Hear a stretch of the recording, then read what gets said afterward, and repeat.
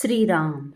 साधक हो, सध्या आपण सोमवार ते शनिवार श्री ब्रह्मचैतन्य गोंदवलेकर महाराज यांच्या परंपरेतील साखरखेर्डा येथील संत परमपूज्य श्री प्रल्हाद महाराज यांचे श्री देवीदास अमृत मोहरील लिखित संक्षिप्त चरित्राचा आस्वाद घेत आहोत.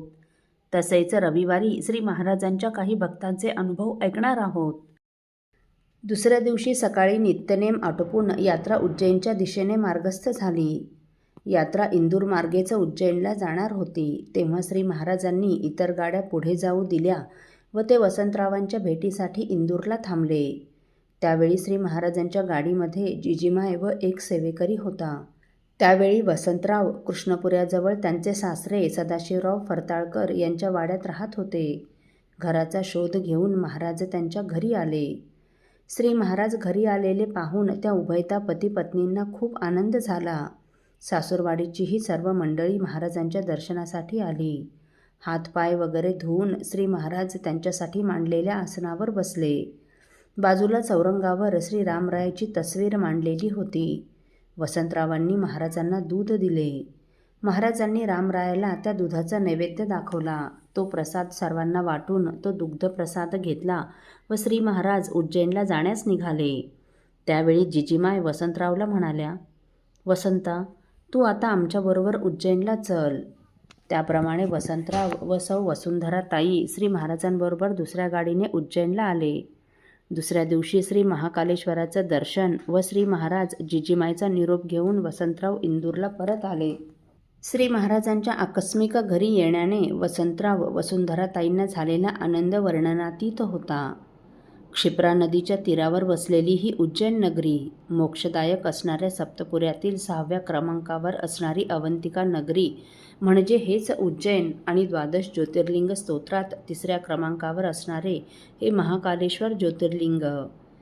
परमशिवभक्त आणि अत्यंत न्यायप्रिय असणाऱ्या विक्रमादित्य राजाची ही पावन नगरी उज्जैन.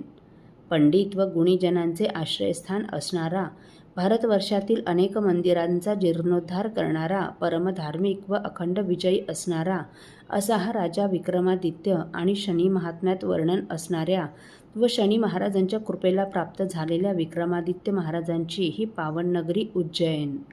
द्वापार युगात या अवंतिका नगरीत सांदीपनी ऋषींचा आश्रम होता. कृष्ण, बलराम, सुदामा यांनी याच नगरीत गुरूंच्या आश्रमात राहून त्यांची सेवा केली. गुरूंच्या आश्रमात कावडीने खांद्यावरून त्यांनी ज्या नदीचं पाणी वाहिलं तीच ही क्षिप्रा नदी व तीही पावन नगरी अवंतिका, आत्ताचे उज्जैन. श्रीकृष्ण परमात्म्याचे चरण जिने प्रक्षाळले त्या परमपवित्र क्षिप्रा नदीचं श्री महाराजांबरोबर सर्वांनीच स्नान करून कोटी तीर्थ दर्शन घेतलं. नंतर श्री महाकालेश्वराचं दर्शन घेऊन त्यास रुद्राभिषेक करण्यात आला. येथे महाप्रसाद होऊन यात्रेचा मुक्काम झाला. दिनांक 10 मे 1974ला सकाळी नित्यनेम व अल्पोपहार करून या पावन नगरीचा निरोप घेऊन यात्रा गुजरात राज्यात प्रवेश करून डाकोरच्या दिशेने मार्गस्थ झाली. उज्जैन ते डाकोर हा 325 किलोमीटरचा प्रवास करून रात्री यात्रा डाकोर येथे येऊन पोहोचली. दिवसभराच्या प्रवासाने सर्वच मंडळी थकली होती. रामरायाला नैवेद्य करून व प्रसाद घेऊन यात्रेचा तिथे मुक्काम झाला. तिथे राहणारा बोडाणा नावाचा एक भक्तराज तेथून द्वारकेची पायी यात्रा करीत असे. पुढे तो वृद्ध झाला तेव्हा वारी चुकू नये म्हणून त्याने आर्तभावाने प्रभूचे स्मरण केले आणि तो भक्तवत्सल असणारा श्रीकृष्ण परमात्मा त्याच्या भक्तीसाठी तिथे धावून आला. ते हे क्षेत्र डाकोर. आज साक्षात भगवंत डाकोरनाथांच्या रूपाने तिथे विराजमान आहे.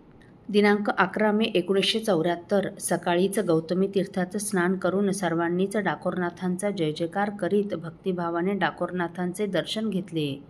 तसेच श्रीयंत्र दर्शन घेतले. नंतर तेथे असलेला आद्य शंकराचार्यांचा मठही पाहिला. डाकोरनाथांना नित्य काशीहून गंगा आणून त्याचे स्नान घातल्या जाते. तसेच पूजेत दररोज एक घागरभर चंदन उगाळून त्याची उटी लावली जाते.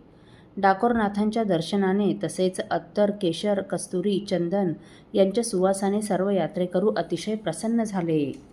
असो साधक हो, भक्तांची परमपूज्य श्री प्रल्हाद महाराजांच्या सोबतची श्री बद्रीनारायण यात्रा आपण पुढील भागात ऐकणार आहोत. श्रीराम समर्थ. आपल्यातील कोणा श्रींच्या भक्तांना श्रींचे काही अनुभव आले असतील तर कृपया आपण मला ते 9422843253 अथवा सुनीलदादांच्या 9892608401 या व्हॉट्सअप नंबरवर कळवावेत अशी नम्र विनंती. श्रीराम समर्थ.